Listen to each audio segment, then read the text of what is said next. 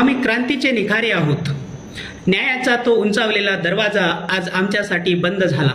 पुराव्यांचे video दाखवताना वेळ वाया घालू नका, हा न्याय झाला। 40,000च्या बोलीवर आज सत्याचा येथे लिलाव होतो। रक्ताचे पाणी करणाऱ्या तरुणांना आतंकवादी म्हणून डाग लावला जातो। हौसे नवसे गौसे म्हणणाऱ्यांनो, हा आमचा शोक किंवा अजेंडा नाही, बापाच्या घामाची ही किंमत आहे।